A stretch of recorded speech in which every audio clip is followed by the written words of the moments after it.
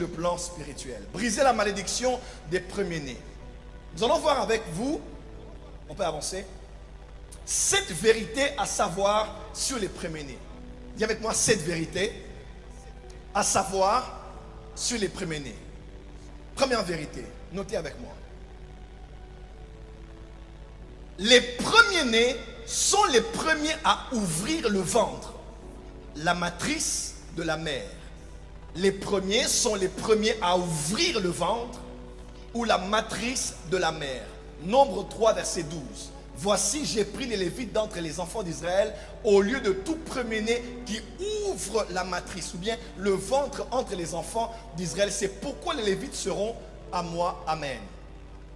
Sur le plan original ou originel et dans la norme, en temps normal, non pas par rapport au siècle présent, vous le savez avec moi, la femme est censée connaître la sexualité dans le mariage. Amen. En temps normal, une femme est censée avoir son premier rapport sexuel avec l'homme qui l'épouse. Puisque ce qui se passe avant peut être pris comme de la fornication ou de l'impudicité. Quelqu'un est avec moi? La femme en temps normal est censée connaître un homme pour la première fois. Cet homme doit être l'homme qui l'épouse. Amen, amen. C'est ainsi que l'on précise ici. Et on dit que le premier-né est celui qui ouvre le ventre d'une femme. Tout va bien? C'est celui qui ouvre le ventre de la mère, le ventre de la femme. Pourquoi? Parce que la femme, ayant connu son premier homme, est censée être enceinte de lui. Et la première fois qu'elle est enceinte, c'est cet enfant-là qui ouvre son ventre pour la première fois. Et cela se passe dans le mariage. Vous le savez, à un certain âge, avant les 18 ans, vous le savez, ça dépend des femmes. Aujourd'hui, ce qu'on appelle menstruation, cela se passe chaque mois à cause de cela. Parce que la femme a été programmée en une période particulière de son cycle du mois à recevoir la sémence de l'homme et à porter un enfant. Tout ce que l'on a comme le sang qui coule et autre chose, c'est juste parce que le processus n'a pas été enclenché. Lorsque la femme est donc enceinte, de manière normale, à part les cas exceptionnels, la femme ne connaît pas des saignements, n'est-ce pas? Et à un certain âge, à cause du cycle et le corps qui change, il y a ce qu'on appelle la ménopause. Quelqu'un est avec moi? Donc, en temps normal, la femme connaît un homme pour la première fois dans le contexte du mariage. Lorsqu'elle porte la semence, cet enfant qu'elle a, et cet enfant à qui elle donne la vie, cet enfant-là est celui qui a ouvert son ventre, qui a ouvert sa matrice. Quelqu'un est avec moi? Et même, écoutez-moi très très bien, pourquoi le diable aime les avortements et les fausses couches avant que le premier enfant ne vienne? C'est parce que Satan combat le premier-né.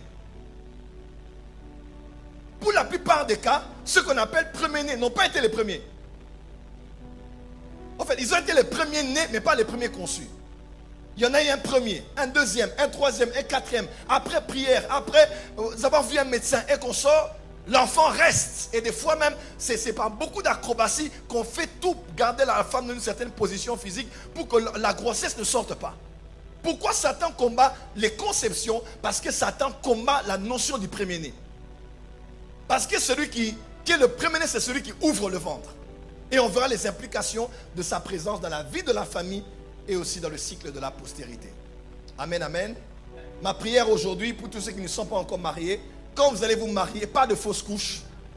Et tous ceux et celles qui ont des problèmes aujourd'hui à cause des fausses couches, je décrète et déclare que ces enfants restent dans le ventre.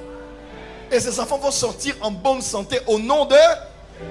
Le premier-né est d'abord celui qui ouvre le ventre de la femme, ouvre le ventre de la mère. Amen, amen. Baisse un peu le son. Deuxième vérité.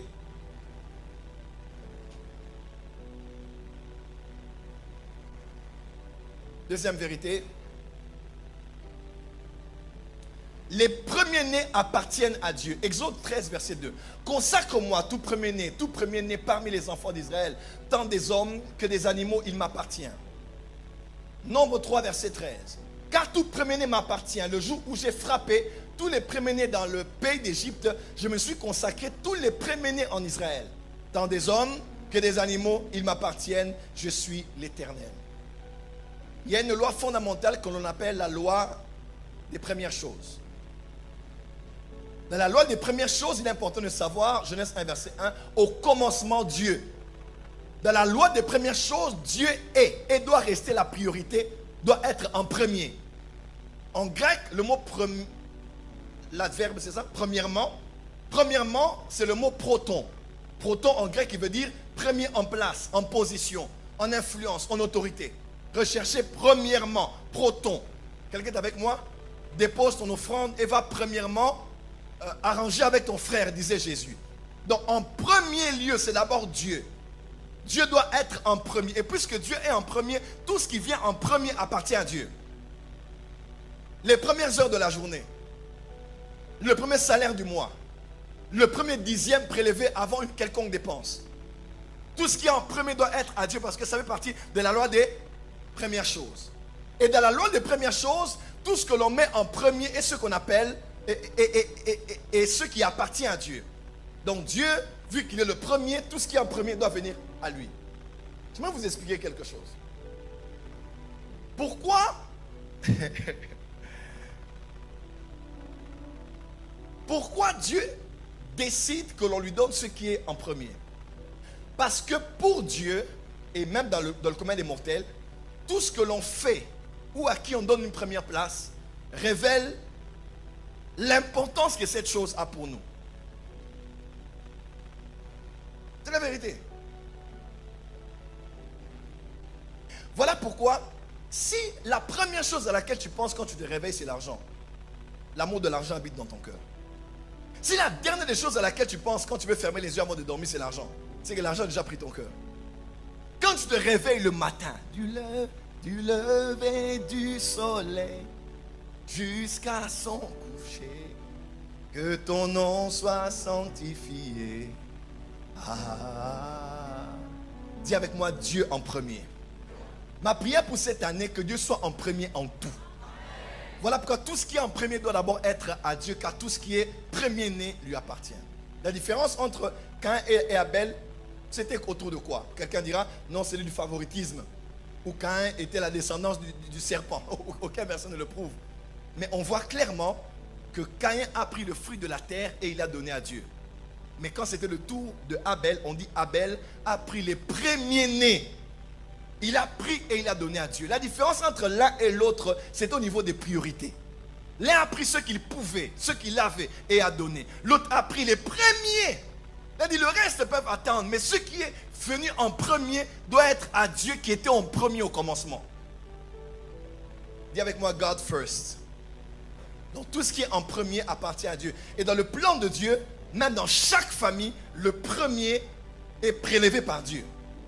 Vous êtes parents, vous avez un enfant, tous les enfants, vous les avez dédiés à Dieu, oui, mais le premier, il y a quelque chose de spécial que Dieu a avec le premier de tous vos enfants. Est-ce qu'on peut avancer? Troisième vérité.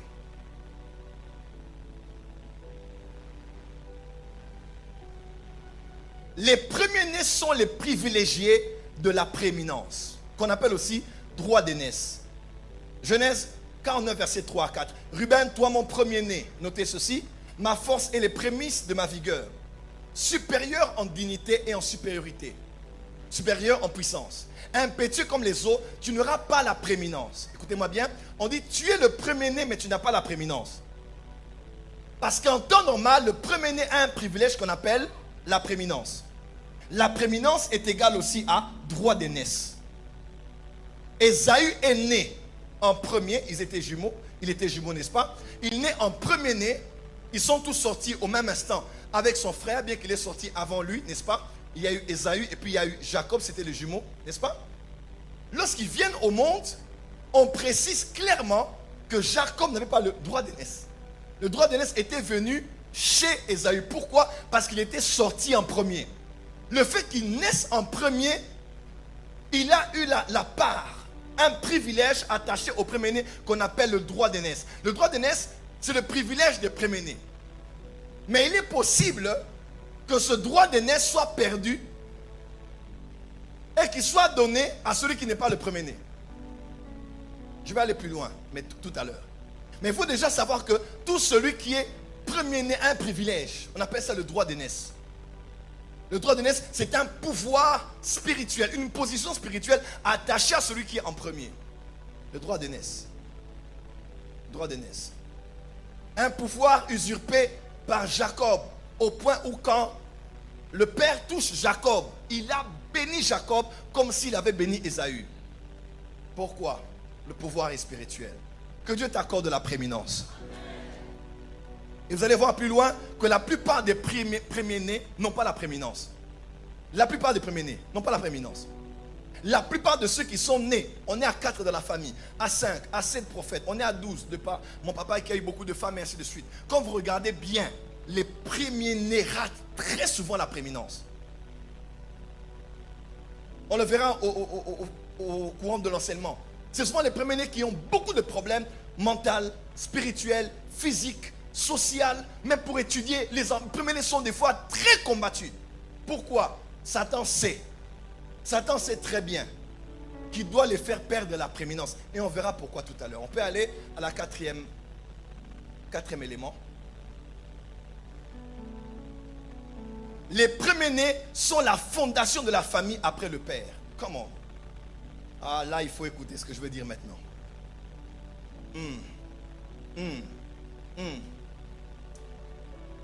Lorsqu'une famille est établie, vous devez très bien m'écouter. Ceux qui sont à la tête de la famille, ce sont les parents. C'est-à-dire, c'est le père et la mère. Quelqu'un m'entend? C'est le père et la mère. Les parents ont une valeur sacrée dans le monde spirituel et dans la parole de Dieu. Honore ton père et ta mère. En les honorant, il y a une promesse attachée à cet honneur. Tu vivras longtemps. Tu auras une vie de qualité et en quantité.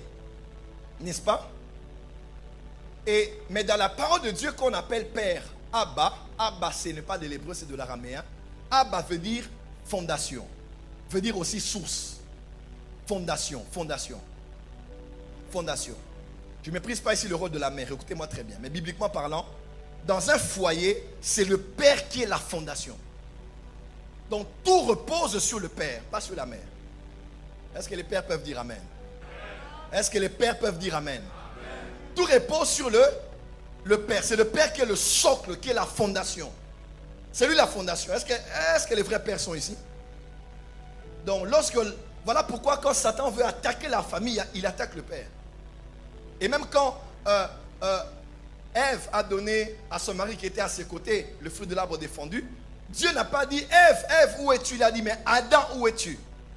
Et même dans Romains, lorsque Romain parle dans la cathédrale de la foi chrétienne, il parle de la doctrine, de la régénération, de la doctrine, il parle de beaucoup de doctrines. Il mentionne bien que c'est Adam, c'est pas un seul homme, pas une seule femme. Parce que la responsabilité de garder était d'abord donnée à l'homme. Le mari est la fondation. Voilà pourquoi quand une famille doit tenir, ce n'est pas la femme de prier, c'est à l'homme de prier. Parce que l'homme n'a pas que le rôle d'être le pourvoyeur, il doit aussi être prêtre dans son foyer. On ne dit pas que c'est la femme de Job qui allait faire des sacrifices pour les enfants. On dit que c'est Job qui allait sur l'autel et offrait des sacrifices. Que les hommes disent amen, on verra ça la semaine prochaine. Donc à part le père qui est la fondation, écoutez-moi très bien, le père est la fondation de toute la famille. Mais le premier-né est la fondation de toute la lignée. Parce que ce qui arrive au deuxième, troisième, quatrième, cinquième, sixième ne dépend pas que de la fondation qu'est le père, mais dépend aussi de la qualité de vie qu'a le premier-né. Ce que le premier-né est, c'est ce qui arrivera aux autres. Il est autant une fondation que l'est le père de la famille. On peut avancer? On avance. Cinquième point.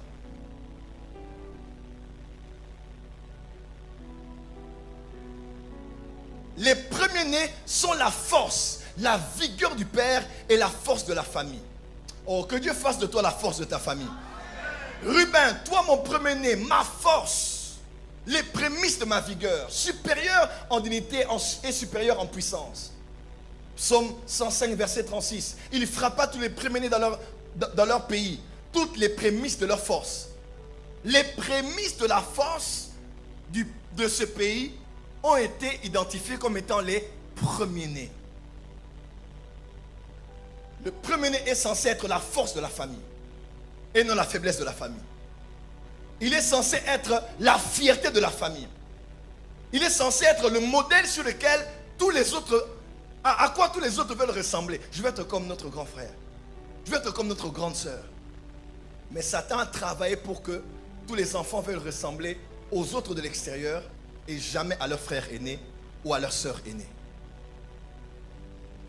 Parce qu'ils ont été combattus, ils ont été attaqués. Et pour la plupart, ils n'ont même pas compris leur position prophétique dans la famille. Écoutez-moi, quand un père prie, il y a une puissance. Quand une mère prie, il y a une puissance. Et quand un premier-né prie, tu n'as pas compris ce que j'ai voulu dire. La prière est puissante dans la famille, adressée à Dieu par tous. Mais la prière est un peu plus puissante, l'autorité est un peu plus grande, les implications spirituelles sont beaucoup plus profondes quand c'est le père qui prie, quand c'est la mère qui prie, ou quand c'est l'aîné. Je me lève dans cette famille comme le premier-né de la famille. Je suis la force de mon père et de ma mère. Le premier qui a ouvert la matrice de ma maman. Le premier à avoir porté le code génétique de la famille. Le premier à avoir eu le sang de la famille. Le premier à avoir eu le nom de la famille. Je me lève pour mes petits frères et mes petites sœurs. Le divorce ne vous atteindra pas. La maladie ne vous touchera pas. Est-ce qu'un premier-né peut se lever et dire Amen ici? Le père a un pouvoir dans sa prière. La mère en a aussi. Mais le premier-né doit être conscient que quand tu pries, le monde spirituel bouge.